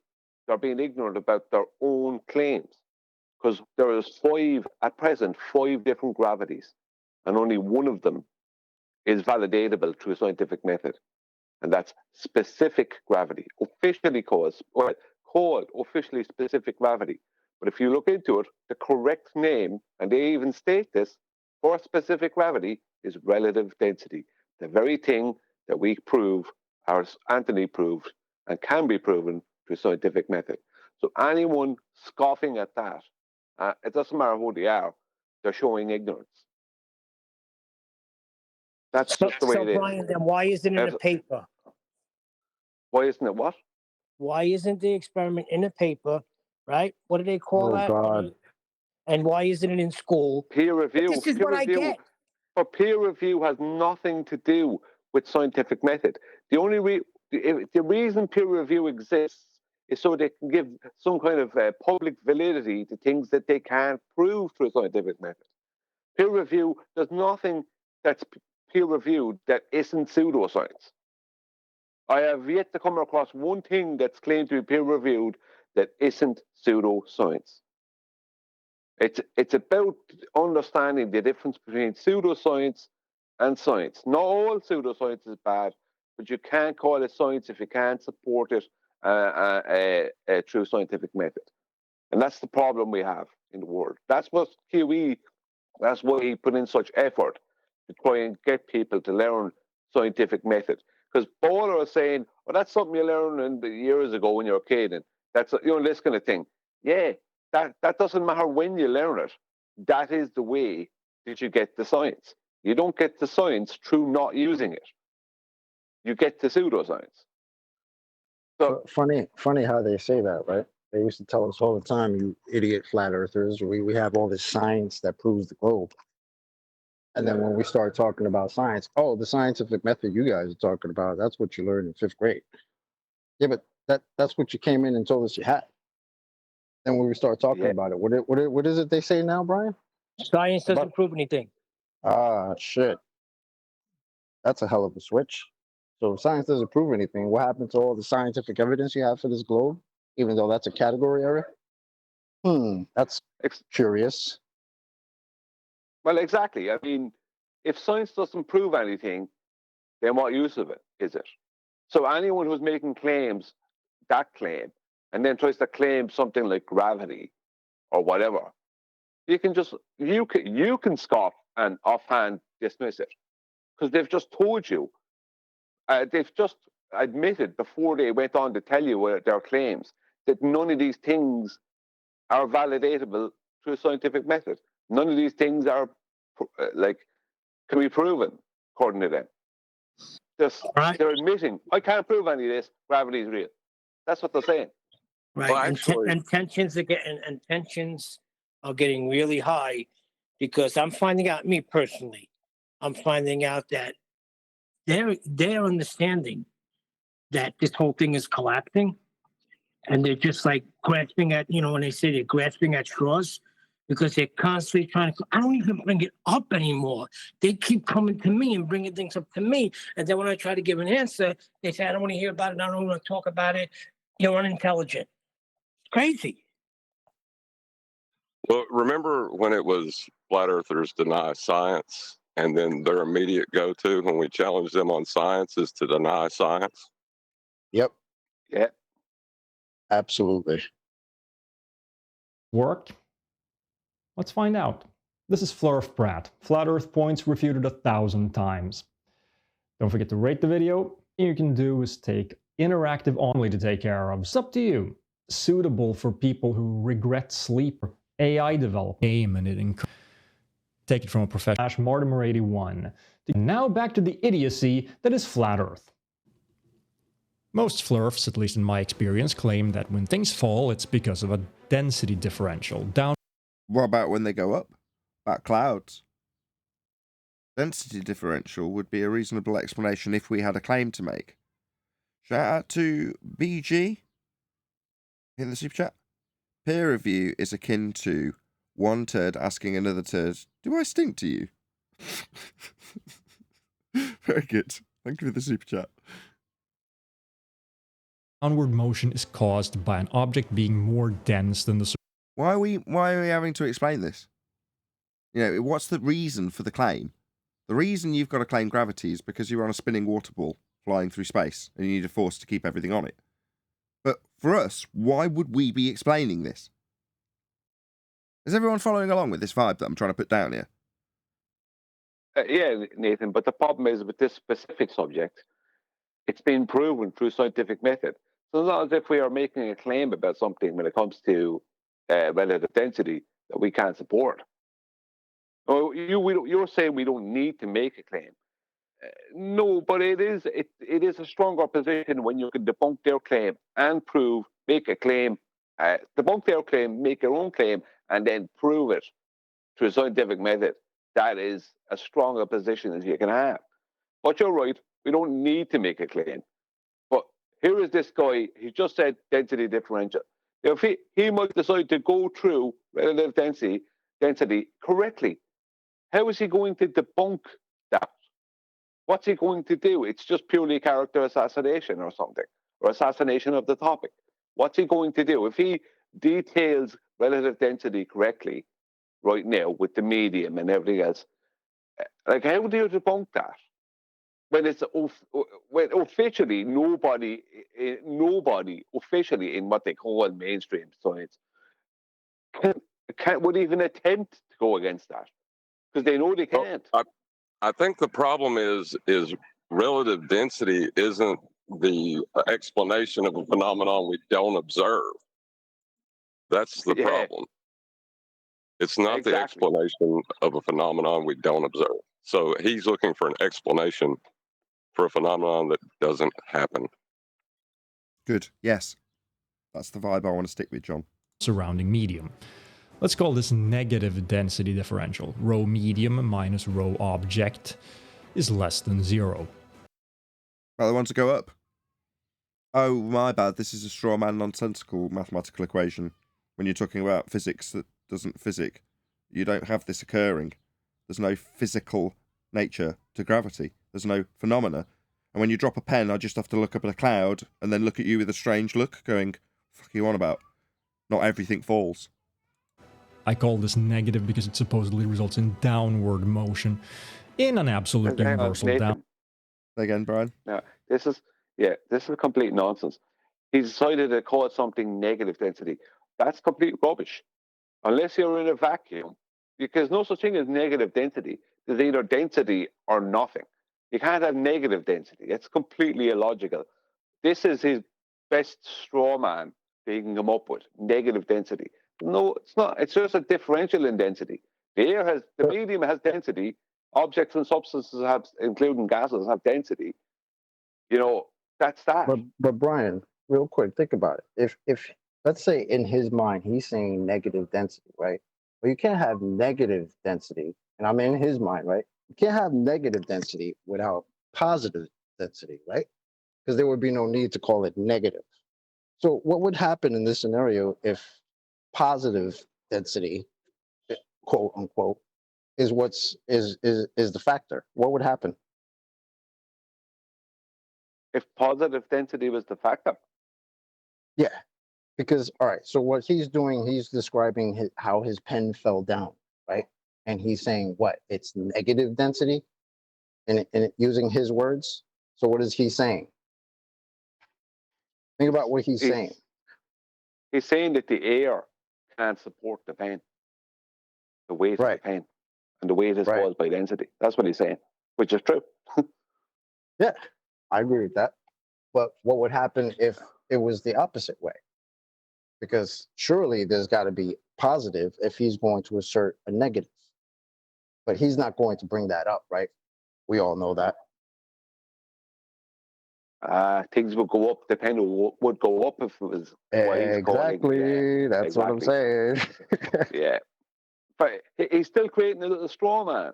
So him or some other baller or some random person who hears this could say to you, but that negative density doesn't work.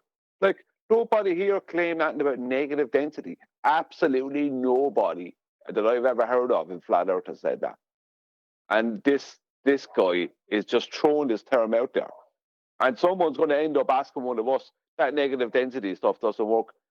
Like, nobody ever said that. It's this guy making shit up. Sorry. I think redacted was something that was him trying to put it into the super chat. This is Rinsler. Tried super chatting the Russian video link. Here's the video title instead. Redacted. Channel.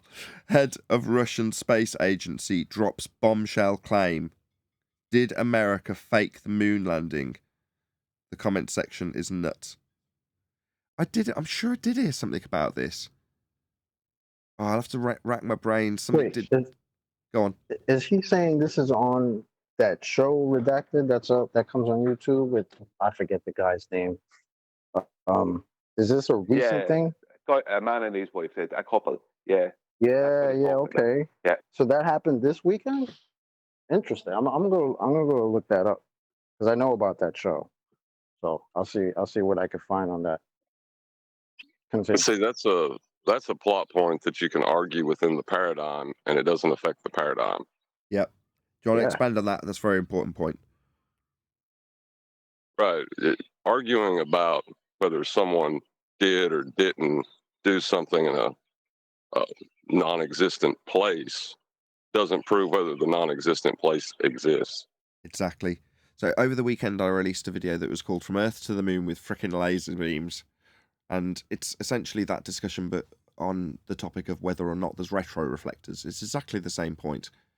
Whether or not somebody did or didn't achieve a trip through the wardrobe door to Narnia is the same principle. So if I say, I've been to Narnia, Narnia is real, but I'm suggesting that John, refracted curvature on the panel, says he's been to Narnia, but in fact hasn't. Now that opens the door for John and I to argue back and forth about whether or not John did indeed traverse the doors into Narnia or did not traverse the doors into Narnia through the wardrobe. Do you see the subtlety in how this argument's constructed? It's constructed within the idea that Narnia is bloody real. Likewise, space is not real. So arguing the toss about whether or not we achieved landing on the moon, putting retroreflectors on the moon, going through the sky vacuum to get to the moon, how they were jumping up and down on a certain gravity level on the moon, whether or not they had the capability of transmitting back from the moon, all of those things mean you can argue about, well, no, look, our lies are really good. We've got all of the bullshit technology to claim that we did actually transmit up through the second law of thermodynamics violation sky vacuum that isn't robbing all of our gas, leaving us suffocating, to get the transmission back. Not noticing that you've had that trip for the journey, for the signal, for them to talk to the president on the phone, go through an area of volume that would leave you all suffocating. So just as long as you're arguing within the paradigm of the sky vacuum and space being real, it doesn't really matter. Because it still works within the context that space is real.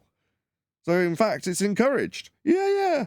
Argue about whether or not we were fighting Aslan in Narnia or just wasting time walking around the forest picking the speckly mushrooms that we all like eating. Because we say we were fighting Aslan, weren't we? Yeah. We weren't eating the speckly mushrooms. Yeah, you were eating the speckly mushrooms in Narnia, you lying sods. You were supposed to be fighting Aslan. You were eating the speckly mushrooms. Let's argue about this all day because we're in Aslan land, right? We're there. We could be fighting Aslan. No. All of it's nonsense. Every last bit of it. So let's get to that first. Is space real? Are we going to be travelling to the moon at all? It's not. It gives a toss whether or not somebody says they did or didn't do something that's not possible.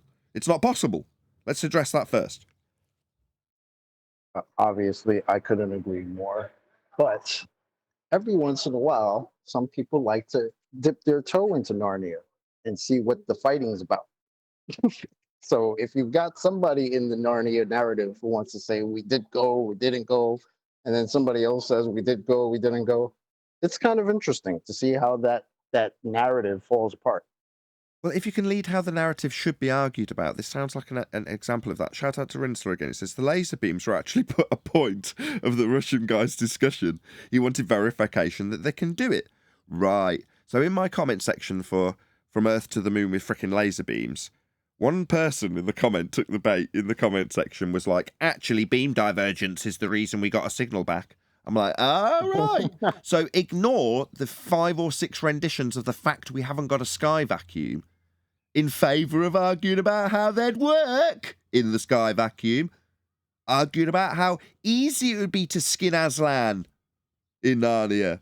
We've got the tools really easy. Look, here's the tool for skinning him so we can exist in Narnia. No, we're not going to do that. Not here. Other places might do that. We don't do that. Another shout out to Rinsler. As it's interested that let's start that again. Is it interested that the Russian guy was curious about that, but doesn't admit the space station is BS? Yeah, because like with the Russians and the Americans, in terms of how the propaganda's disseminated, they're just... We have this notion that they're superpowers against each other. No, the supporting negative narrative can be led by the opposition in Russia just as easily. How do you know he's Russian? How do you know he's not a bloody actor? You know, I mean, he might be genuinely a Russian cosmonaut. Okay, fine. I accept that, face value. So he's paid up by the government in Russia to push the propaganda of the day. Now, the propaganda's space, and you don't want people arguing about just whether or not space is real, because we were going there and the Americans were going there. But we will argue about whether or not they actually got to the moon, which is definitely in space where we can go. Let's push that out there, because we're controlling how the argument goes. Oh no, it's devastating. We're arguing about whether or not the Americans got to the moon. No, we're arguing in the context of Narnia, and that's being controlled by the Russian government. In this narrative. Probably our bloody government, for all we know. How do you know it's some Russian? Have you gone and interviewed him? Have you checked his credentials? Have you done any primary source research on this Russian? Thanks for the super chat, by the way. I'm not putting you down. I don't want to discourage the super chats. But I'm teaching this to my 6-year-old at the moment. Primary source research. Don't believe everything that you read. See the source that the journalist got the information from. See if you can sort out that source. Find out where that source got the information from. It's simple stuff. Now, for all I know, having heard this third hand from a super chat, the Russian's just some actor. How do I know he's not? Till I do a bit of primary source research on it. Now, if he turns out to be a cosmonaut, that might be, what? Ooh, supporting the narrative then. What, that he's arguing about how things work in a sky vacuum? Isn't prepared to relinquish the idea of an orbital motion for the ISS? All right. Well, that's not very useful to me. This guy's as much my enemy as some tosser flat earther that I'd fight against. Or, not necessarily as much my enemy, but somebody who comes along that's, I don't know, Bart Sabrell. All right, you still think we're on a spinning water ball with the second law of thermodynamics violation sky vacuum, but they faked going into. But it still exists. Why?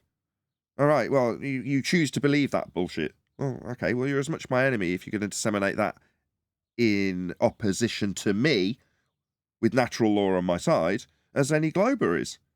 This is no different. Now, that might seem confrontational. It's like, well, you're not going to make many friends. Nah, most people talk shit. Me included sometimes. I can't help it. Yeah, and that's not going to make you any friends when you're on a show that's purely focused on hyper-specific truth, because we've been deceived on such a massive scale. So are we here to make friends? No. But when it comes to people like the Russian cosmonaut, no offense to Rinsler, it just seems like if I'm hearing a lot familiar ring bells when I have every media source I can turned off, like, why have I heard this? Did my wife mention it to me? Did it come up in a Skype call over the weekend? Not that I had any. I was messing around my computer. But this is familiar. Why? I don't know why. Maybe it flashed up when I was tweeting my show. I don't know why it's familiar, but it tells me that it's probably everywhere at the moment to control the way the argument is led. That's how I view it straight off the bat. Feel free to tell me I'm wrong. Also, a couple of more super chats. Shout out to Retro Bill. He says, Andrej, I'd say that, Preston is a numpty computer scientist from Slovenia. Okay. Well, thank you for the super chat, Retro Bill. Also, Sasha, or Unitox Femu, thank you very much for the super chat. Says, Bosnian astronauts also lying about space. Well, there you go. Bosnians are at it, the Russians are at it. Yeah, if the most recent pandemic and how efficiently they locked us all in our own homes didn't tell you anything, I don't know what will. But there we go. We're going to move on with the video. Is there any more discussion points in this regard? I'm sure someone was trying to get a word in a second ago. Down direction. If rho medium minus rho object is greater than 0, that is, if the object has lower density than the medium, then the positive density differential results in upward motion. The speed is also related. Wow, wow, wow, wow. Thanks, buddy. Thanks for that. Well, what about that pen you dropped? Surely everything goes down.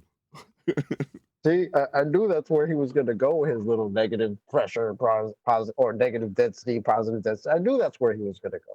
So he's telling you guys, you globers, that everything goes down, that there's a reason for things to go up. He just explained it to you. He's not going to tell you he just explained it to you. He just snatched his own wig off. Related to the size of the differential. No, A what he's rock going will to send do. Sorry, Nathan. Very quickly. What he's looking to do is to come to a point where he can claim that flat earthers just don't understand buoyancy. And then he's going to claim buoyancy is caused by gravity. That's what he's a force of gravity. Right. I'm going to completely ignore that buoyancy is Archimedes' principle, which is over 900 years prior to any thoughts of a force of gravity. 100 fully people watching. explained. Sorry to shout out. 100 people watching. Woo, woo, woo. Thank you very much to all of you who smashed the share button. 110 almost. So, yeah, please share the show if you've not done so already. Although, due to technical issues, I'm probably going to round out both the live show and the after show at the same time. So, we'll see how we go. Faster in air than in water, because the density differential is greater in the former case. Sounds nice and neat, doesn't it? But does it work? Well, no. Here's a simple experiment that shows a severe flaw. Not an experiment. In this model. A simple set of scales and weights. If the Flurf's model is accurate... Flurf's model for what? Keep saying, we don't need to explain this. Now, even though I don't need to explain it, I was privileged enough to sit around with some very smart gentlemen, that would mainly be Dr. John D, Adam Meakin, Quantum Eraser, a few others who came in and out periodically, and I didn't say a great deal, but I sat around and listened to them thrashing out an issue in regards to the first cause, if you will, of relative density disequilibrium. Now, after a lot of discussion, it was concluded that what you are describing in terms of why that effect occurs to begin with, why do things order themselves in the way that they do? Well, you're talking about an entropic effect. Now, when you're talking about an entropic effect, you're talking about something that has no first-order cause establishable. Why? Because if you rewind the arrow of time, another word for entropy, where do you end up? Well, you end up at one place. Now, at that place, there may be two positions that you can take. They've got a title. It's called the ontological primitives. Now, at the beginning of time, You can only explain it if you want to rewind the arrow of time to explain this effect.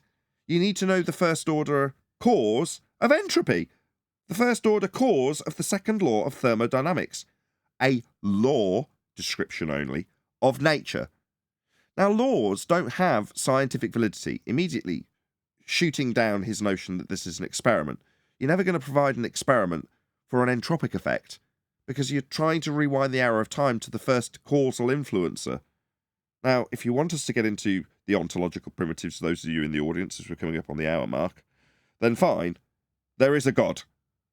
Entropy cannot be in existence by way of nature inventing the first order effect of its own existence. So you can't have nature create nature. Not only is it a first and second law of thermodynamics violation, it's nonsensical. Nature can't create itself. You need an outside influencer. Ergo, there is a God at the beginning of the first order effect of entropy.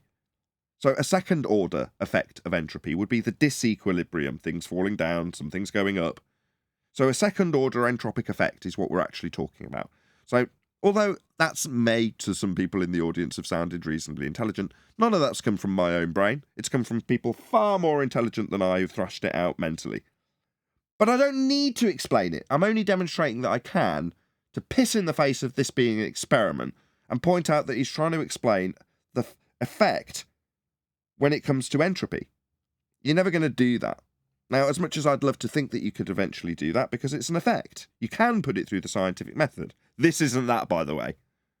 But it doesn't mean you're ever going to establish the cause of entropy. Go ahead. Sorry, I thought you were finished at that point. No, that's not what this guy is doing now. This guy is moving on to the straw man.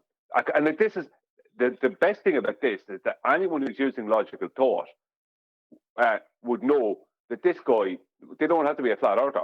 This guy is making a fool of himself. Because what he's about to do is take, let's say, one can of beans and put them on one side of the scale and put 2 cans of beans on the other side and show that the one with the 2 cans of beans go down. But then he's going to claim, but there's the same density. Not what that is a way of trying to avoid how density creates weight, right? So if I double up, if I quadruple myself, right, those 3 people together will be heavier than me alone. But the whole point is that what's creating the weight? It's the density in the first place. So the density doesn't have to change if you're changing the volume but keeping the density equal. That's all he's doing. He's expanding the volume but keeping the density equal, and then trying to say that's a debunk of relative density. When that is about weight, it's not about density differential. It's about the creation of weight, and that's what he's trying to straw man now. It's totally illogical. But how that's can what he he's strawman debunk is. relative? Sorry, Brian, but how could he debunk relative density when he just proved it? You can't. You're talking about the description of an effect. Well, you don't debunk effects, you observe them and try and explain them if you're putting them through the method of science. Anyway, with that, I'm going to say there's going to be no after show, unfortunately, because we have suffered a technical issue. I may not even get an outro play, so there will be a huge, massive, enormous thank you to all of you who smashed the super chat, liked, commented, shared, subscribed, joined as a member, and all that good stuff. And another massive thank you to today's Discord, G+, and Matrix panel for making today's live and pre-show possible. I've been Nathan Oakley, and I will see you all in the next video.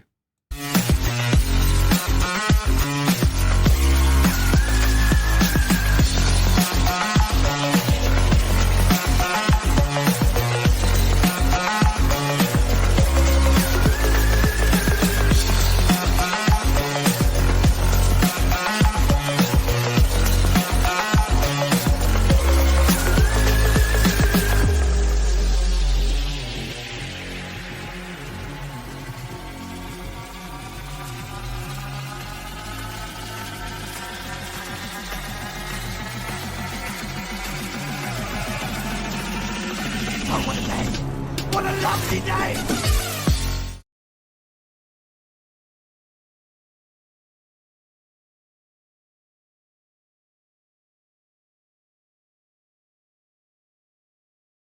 And then at some point, Nathan thought, well, that's actually a different setting for the show. So I'm going to take that idea and just run with it. And that's how the after show was born. Well, I've actually managed to keep the recording going, so I'll keep it going for 10 minutes as I've managed it. Okay. It's back to this. I'm what seems like close to stability, because on last week, just the whole of OBS just crashed. It's like, oh, that's the end of that then. Whereas this time, Stop it's tinkering. like, I'm not. I can't stop tinkering till it's stable. What do you want me to do? Okay, I'll stop and we'll have this every day. Hold on, that's not a game. Pardon? Stop tinkering. That's stammering too late. stuttering, where you always catch the He's ball. tinkered. No, you don't get it. He's tinkered it out of control. You can't untinker it anymore. No. He's tinkered up a storm. No, it's not like that. Yeah, it is, Nathan. Yeah, it is, Nathan. Do we have to remind you that you added element? Do you need a tinkering intervention? That should not be taxing on a bloody computer that's $5,000 worth of computer. That you're saying adding an extra chat server should suddenly cause the iGPU to crash. No, it's just not stable. I can get it running a lot of stuff on the edge of stability until it isn't stable, and then something will die. But back when I first got it, I couldn't do anything. It would just immediately overheat and die immediately. When I first got it, that was completely stock. And ever since then, the newest problem is this, right? To stop as much heat coming into the computer, what I've done is I've restricted the power. So the chip wants 250 watts. I've given it 140. It was 150. I've backed it back and back and back and back. So from 250 to 190 to 170 to 165, and then slowly back and back and back and back. What I didn't know was that doing that changes how the offset works. I didn't realise. Right? It's new technology, you don't know. I didn't realise. So as I've been reducing the power input, the voltage offset is incorrect. Now, I didn't know that. So I went, because of what Arwin said, actually, because I was like, set it all to stock. Now, what I hadn't done is put it through stress tests when it was stock. My God, it was horrendous. But I did it because I thought, yeah, Arwin's right. If I just set it all to stock and see how it behaves, at least then I've got a baseline for how horrendous it actually is. So I took a load of notes, I did that, and then I was like, how the CPU is behaving is different at stock when you apply an offset with low power. So I'm like, okay. So that means that 0.5 volt offset isn't just something that I can just leave and forget about. I have to readjust the offset. So that's what I've done. Well, I didn't know that. I was fiddling with memory overclocking for the longest time to get it slower, because I've got to set the memory speed slower than its, whatever you want to call it, JDEC settings. Now that's frustrating enough, but limiting it in power has just caused it to become... taking from one thing, robbing from Paul, leaves Peter without anything, or something like that. It's hard to explain, and I'm just learning it. So eventually, well, I'll get it stable eventually. In the meantime, I'll just have to tinker. Nathan, I don't want to be tinkering. Your livelihood, right? Don't want to be tinkering. I wasted an entire weekend. I don't want to be sat in front of a 5-hour stress test only to get to Monday morning and then OBS crash. I wasn't sat in front of the computer stress testing it for 5 solid hours yesterday to come now and go, I'm confident that it'll work, and then find OBS crashes. It's not what I want. Far from it. Nathan, but this is your livelihood, right? Brian, this his livelihood? This is just you left the James Bond world because you wanted more time with your family, and this is how you're earning a living. Yeah. So, I do flooring, and when I do flooring, I run into certain situations, right? And I got to rectify them, and sometimes I got to work over the weekend. But you know what? Nobody gives a crap. They just want their floor done. Exactly. Nathan, Exactly. we just want the show. That's a good... Exactly. So when I figured out... Because obviously, when things go wrong, you're just like, how can I correct this? So the first thing that went wrong in today's show, one of the monitors just disconnected. No idea why. Just stopped. Went black. So then it's... okay, right. I've got to get that monitor back. Now, fortunately, I've got enough crap on all the other different... Well, one of the monitor. But enough crap on it to keep the show running. Because I can still see that the live stream's going out. So I didn't just press the stop button and panic because it's all going wrong. I could see it was running. So I tried to regain control, which I did. I got the other screen back on because I figured to figure out around that when last time it happened 6 months ago. So I got the screen back on, but by the time I did, OBS has crashed. Okay, so have I lost the show because of that? No, I've just lost control of OBS. Does that mean I can't control the show? No, I can still control things because of the way I screen capture them. Brilliant. So I can continue with the show. Now, the audience this bit in the after show is the after show, right? The audience don't care. They just want to hear Brian concisely take apart gravity in the way he did today. That's all they care about. They don't care that the computer's crap in the bed every single time. But keeping the show going, if it is still going, I'm more than happy to do. With the wheels on fire, I will, once I'm going down the track, because Arwin's last time attitude was just start the show again. No. And now I've got to get into, making it more stable. But because it is still recording, or previously was still recording, the cart's going down the track, the wheels are on fire. I'm going to keep my foot on the gas as much as I possibly can. If we're going down the track, then we are running. You know what I mean? It's too late then. You've already decided to run it, which is me today. But we got a live show out of it. I'm delighted that we got a full hour live show, and we'll have a full 2 hour after show, which is great. 2 hour, excellent. No, what you need to get, Nathan, is one of those, go to the hardware shop, whatever, whichever hardware shop, B&Q, whatever, and get one of those noisy fans. And when it starts overheating, just plug in the fan right next to it. Brian, it's got 6 fans in it. The problem is... Yeah, but you need to get one of those big noisy ones. No, you got to... I'll explain. Right. On a normal radiator in a PC, or a little stacked cooler, CPU cooler, the fins are very close together, so that you've got a lot of surface area, so that as you blow the fan through it, it dissipates the heat by blowing the air over the wide surface area. This PC has got an inch-wide gap between each fins. So it doesn't matter how much you blow on it. It's not designed to work that way. It doesn't matter. I can blow on it all you like. I'm only joking. But the noisy fan from B&Q, I'm only joking. Sure. The very thing that you're trying to get away from. Now you have a big noisy fan. Indeed. But yeah, it's just one of them. I'm cobbling it and learning that a CPU behaves in weird ways when you turn its power down to more than half. It's 250 and now it's at about 140, so it's not quite half, but it's getting there. And it behaves in a weird way. And what you open one door and close another window, and so it goes on. I'll get there eventually. Give it 2 years. I think you just need to step your game up, man, because they went to the moon in '69 in a washing machine with the power of a Casio watch. And in 2023, you can't keep your computer cool. You need to step your game up, Nathan. I told Nathan he should be doing it from a freezer. Just put a jacket on and go into one of them freezers. Like the restaurants, they have those freezers where they keep all the meat. Go in there. Yes, indeed. Is it possible the size of the room that the computer is held in is affecting the heat dissipation? No. That sounded professional. Nah, it's in the open. It's just it's in a corner, but it's all open. It's not that. I don't think it is actually the heat that's the problem. It's yes, if it's being hammered, heat's a problem, but that you can easily test for. That isn't the problem. The problem is lack of power, lack of voltage. That's the problem. It's being starved. That's the problem. It's like running an engine lean. It'll explode eventually. It's the same principle. This will fall over. But how do you eventually. get more power? That's how you get more power. But efficiency and power are not mutually exclusive. They're directly connected. So if you can get something to be more efficient, yeah, it's the same as turning up the power on it in many ways. It's identical, in fact.